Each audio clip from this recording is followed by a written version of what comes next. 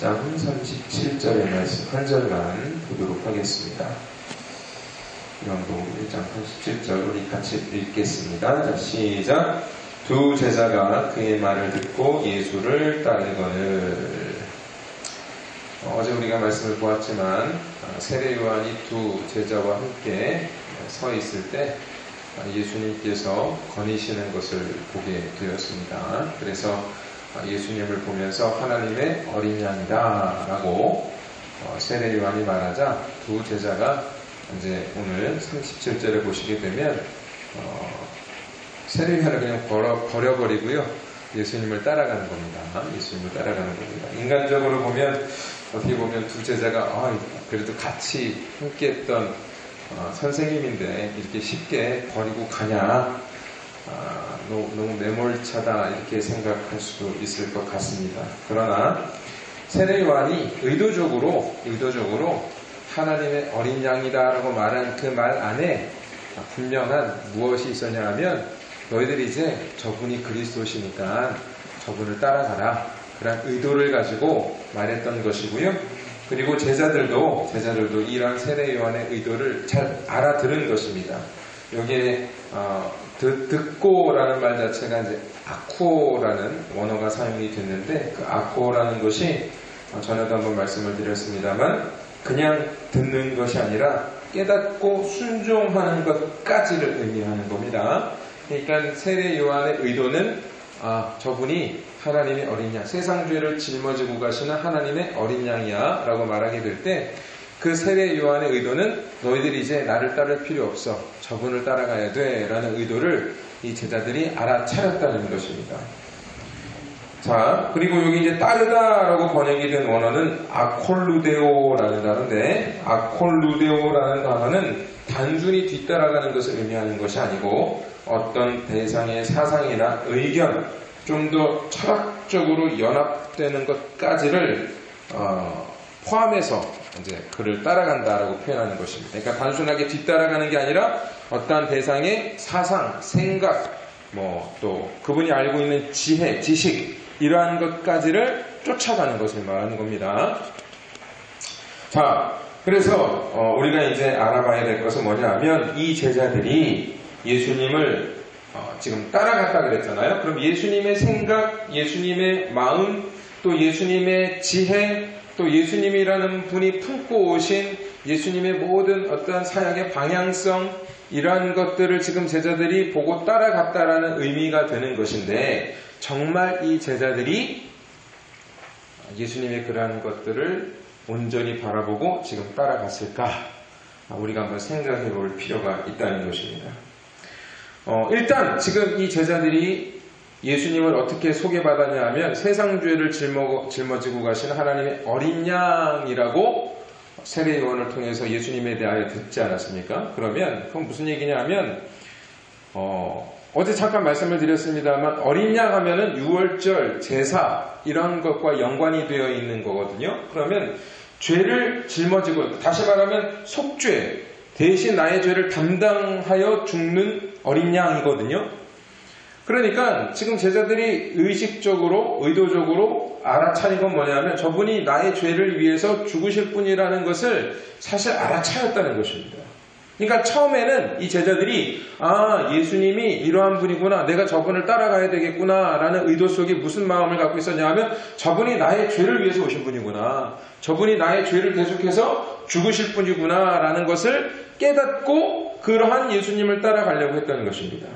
그런데 이제 여기 요한복음 1장에는 나와 있지 않지만 성경을 보시게 되면 이 제자들이 예수님을 따라갈 때마다 어떠한 일이 일어나요? 예수님이 많은 기적을 일으키지 않습니까?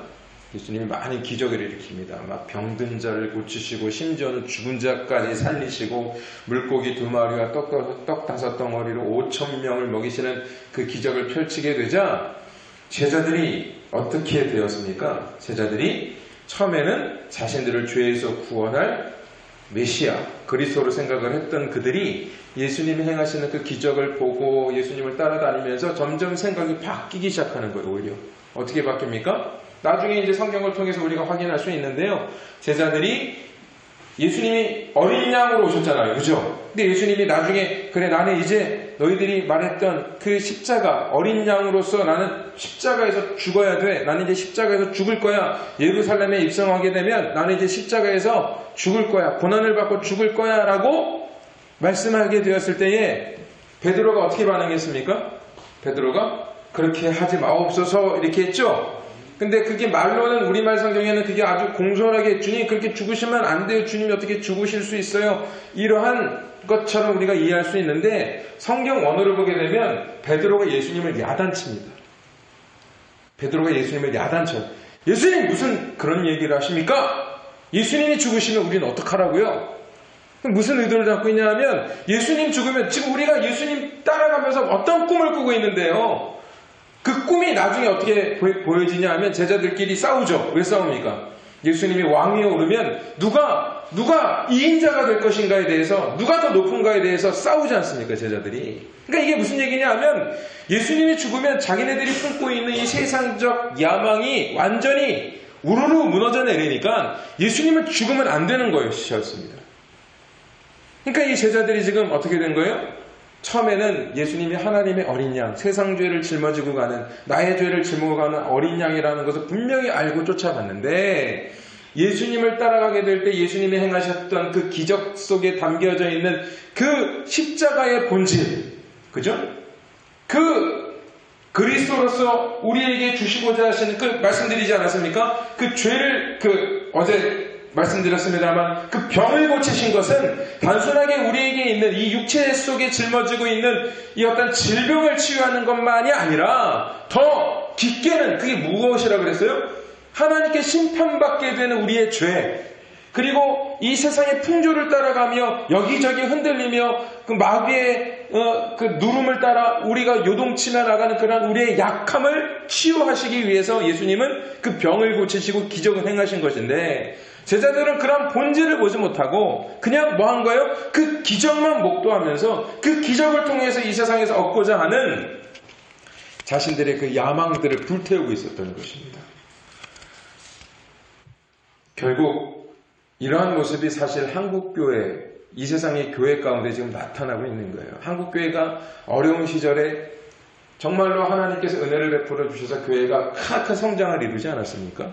그때는 정말로 나의 죄를 위해서 죽으신 그 예수 그리스도를 붙잡고 정말로 예수님을 바라보며 예수님만을 의지하고자 했던 한국교회가 주님이 기적을 행하셨죠. 교회 가운데 많은 것들을 얻게 하시고 교회가 성장하게 하시고 많은 것을 갖게 되자 이 교회가 권력의 맛을 보게 되고 또 물질의 맛을 보게 되고 세상의 맛을 보면서 그 물질을 주고 세상을 준 것은 하나님께서 이 교회를 통해서 더 큰 하나님의 나라 일을 일구고자 했던 것인데 그게 아니라 자기네들의 배를 채우는 것에 만족하며 누가 1등이냐 누가 2등이냐 이러한 싸움을 똑같이 한국교회도 해가면서 교단끼리 또 심지어는 목사들끼리 성도들끼리 싸우고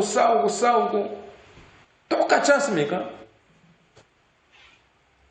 오늘날 또 교회 안에서 일어나고 있는 운동이 뭡니까? 그게 뭐냐면 성령운동이라고 하면서 하는 그 성령운동들 한번 봐보십시오. 다 그게 뭐냐 하면 눈에 보이는 어떤 현상들을 쫓아갑니다. 무슨 기적을 일으키고 뭐 금리빨로 바꾸고 사람들을 쓰러뜨리고 예? 성령운동은 그런 것들이 아닙니다. 성령운동. 자, 성령운동은 해야죠. 당연히 성령운동이 우리 안에 일어나야 됩니다. 그럼 진짜 성령운동을 해야 되지 않겠습니까? 은사운동이 아니에요. 성령운동은 은사운동이 아닙니다. 절대로 아닙니다. 그러면 성령께서 이 땅 가운데 오시게 될 때 어떠한 일이 일어날 것인지에 대해서 예수님께서 말씀하신 것이 무엇인지를 우리가 제대로 알아야 성령운동이 어떻게 해야 하는 것인지를 알게 되는 것이겠죠. 요한복음 16장 12절 15절 한번 같이 읽어보겠습니다. 자, 같이 읽어보겠습니다. 자, 시작. 내가 아직도 너희에게 이를 것인가면아 지금은 너희가 감당하지 못하리라. 그러나 진리의 성령이 오시면 그가 너희를 모든 진리 가운데로 인도하시리니 그가 스스로 말하지 않고 오직 들은 것을 말하며 장래 일을 너희에게 알리시리라.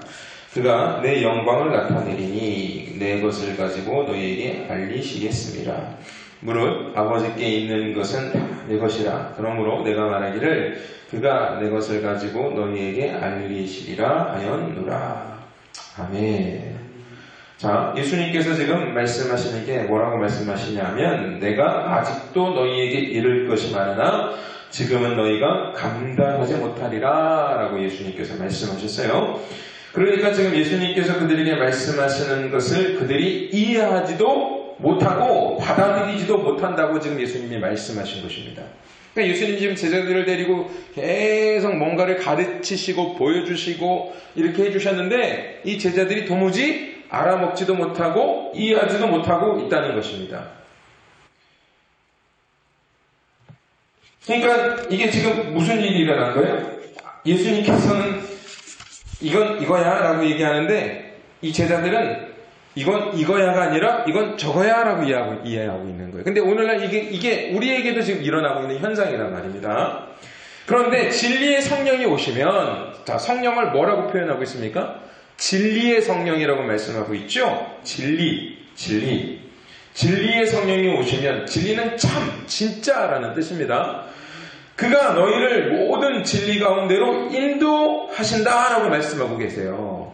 진리의 성령이 오시면 너희들이 지금 딴 거 보고 있어. 그래, 니네들은 지금 딴 거 보고 있어. 아직도 너희들은 그걸 감당하지 못하고 있어. 이해하지도 못하고 있지만 진리의 성령이 오시면 너희를 진리 가운데로 인도하신다는 것입니다. 여기서 이제 인도하시리니라고 번역이 된 단어가 호데게오라는 원어를 쓰고 있는데요. 이게 무슨 뜻이냐 하면 길을 보여주다, 상징적으로는 가르치다라는 의미를 가지고 있는 단어입니다. 이게 이제 특별히 고전, 그러니까 옛날 헬라어의 어떠한 그 문헌들을 보시게 되면 이게 하늘로 가는 영혼의 여행에 대한 관련된 곳에 이 단어가 사용됐다고 합니다. 그러니까 이 지금 인도한다는 것은 하나님께서 하나님의 나라로 우리를 인도하는 것이 되겠지요. 그러니까 진리의 성령은 우리를 어디로 인도하시는 겁니까? 세상의 명예와 세상의 권력의 자리로, 이 세상 속에서 어떤 이상한 현상들이 일어나는 곳으로 우리를 인도하시는 것이 아니라 하나님의 나라로 우리를 인도하시는 분이시라는 것입니다. 이게 이제 특별히 구약의 히브리어 나하의 여거라는 게 뭐냐면 헬라어를 히브리어로 번역을 하는 거예요. 히브리어를 헬라어로 번역을 하는 겁니다. 그러니까 아까 이게 헬라어로 호데게오라 그랬죠? 인도하시리니가. 근데 이게 인도하시리니가 히브리어로는 어떠한 단어냐면 나하라는 단어를 사용합니다. 근데 이 나하라는 단어를 우리가 더 깊이 알아야 이 인도하시리니가 무슨 뜻인지를 알 수 있는 거예요. 이게 주편제 시편에서 개인 생활 가운데 나타나는 하나님의 인도하심에 대한 고백과 관련하여 사용이 되었는데요. 시편 23편 3절 같이 읽어보겠습니다. 시작. 내 영혼을 소생시키시고 자기 이름을 위하여 의의 길로 인도하시는 도다. 여기서 인도하시는 도다가 뭐예요? 나하입니다. 그러니까 지금 우리를 어디로 인도하세요?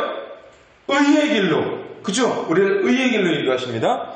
시편 25편 9절 읽어보겠습니다. 시작. 온유한 자를 정의로 지도하시며 온유한 자에게 그의 도를 가르치시리로다. 여기서는 가르치시리로다 라고 번역이 된 단어가 나하예요. 그러니까 지금 우리를 무엇을 가르쳐 주십니까? 정의. 그죠? 온유한 자를 정의로 지도하시고 그의 도를, 하나님의 도를 우리에게 가르치신다 그러죠? 누가? 성령님이.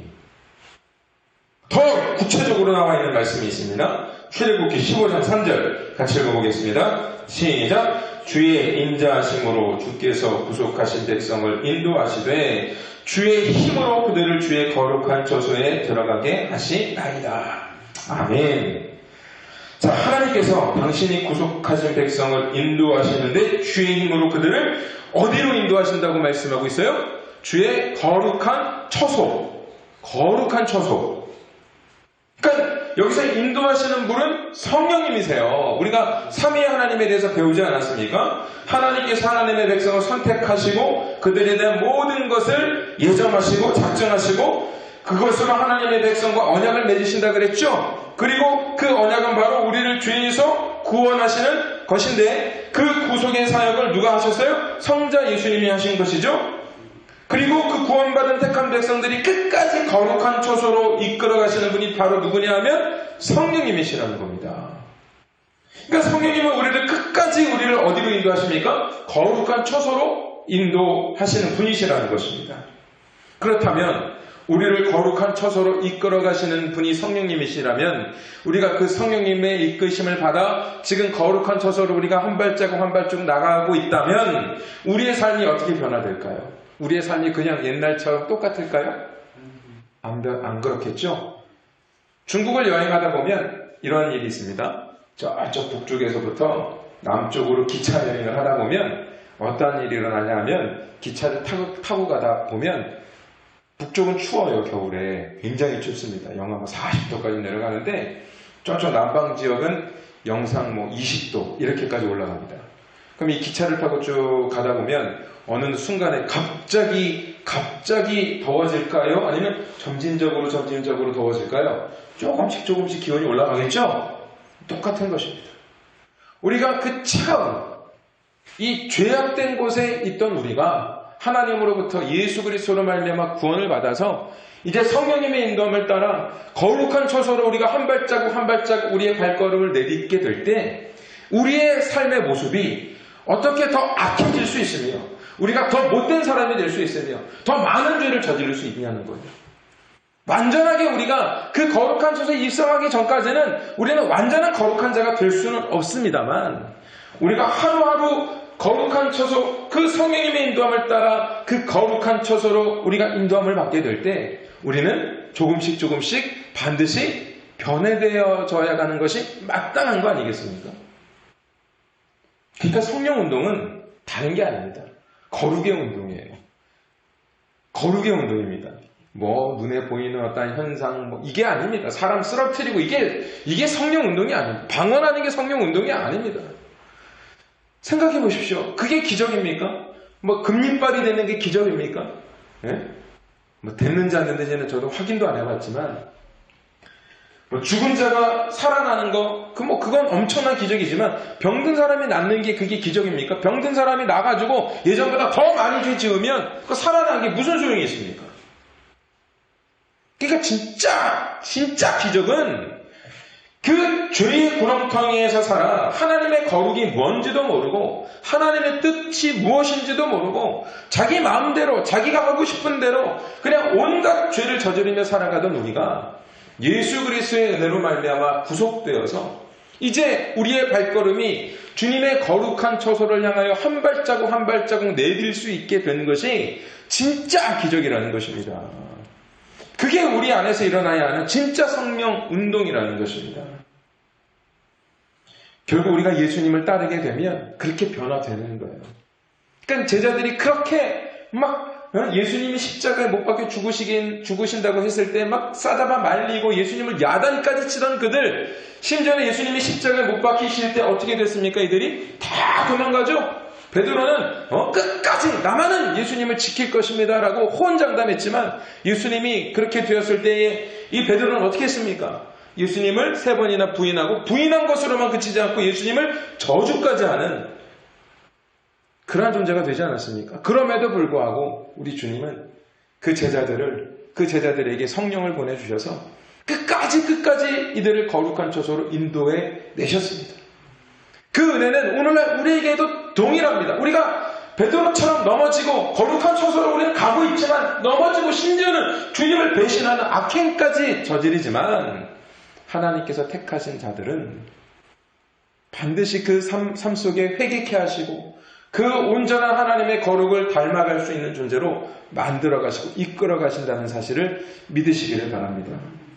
그래서 오늘도 이 아침에 하나님께서 우리를 그 거룩한 처소로 이끌어가고 계시다는 것을 믿으시고 그 성령의 인도하심을 따라 살아가는 우리 성도님들이 되시기를 주님의 이름으로 축원드립니다. 그래서 날마다 그 하나님의 거룩한 처소를 향해 나아가 우리의 성품과 우리의 기질과 우리의 모든 것들이 주님 변화되어지기를 원합니다.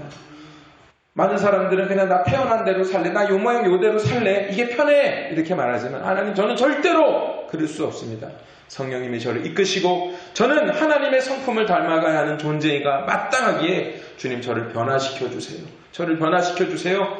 그러한 기도로 하나님 앞에 나가는 우리 성도님과 저의 모습이 되기를 주님의 이름으로 축원드리겠습니다. 기도드리겠습니다. 하나님 감사합니다. 오늘도 말씀을 통해서 정말로 우리에게 어떠한 기적이 일어나고 있으며 정말로 우리가 하나님의 은혜로 예수님께서 우리에게 찾아오심으로 우리가 예수님을 따라감으로 우리에게 어떤 일이 일어나고 있는지를 깨달아 알게 하여 주시니 감사드립니다.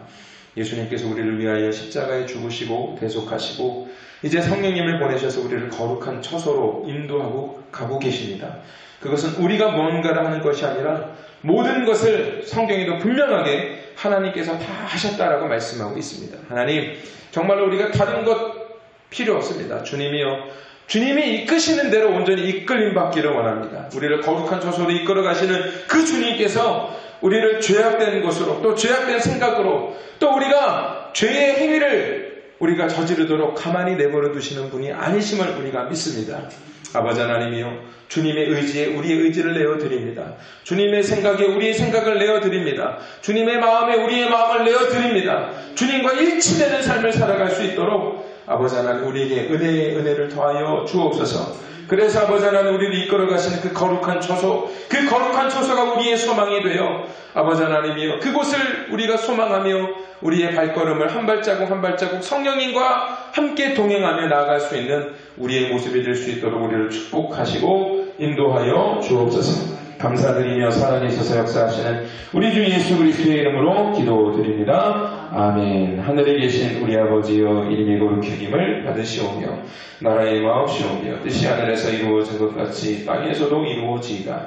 오늘날 우리에게 일용할 양식을 주옵시고 우리가 우리에게 죄 지은 자를 사하여 준 것 같이 우리의 죄를 사하여 주옵시고 우리를 시험에 들지 말게 하옵시며 다만 악에서 구하옵소서. 나라와 권세와 영광이 아버지께 영원히 싸움나이다. 아멘. 우리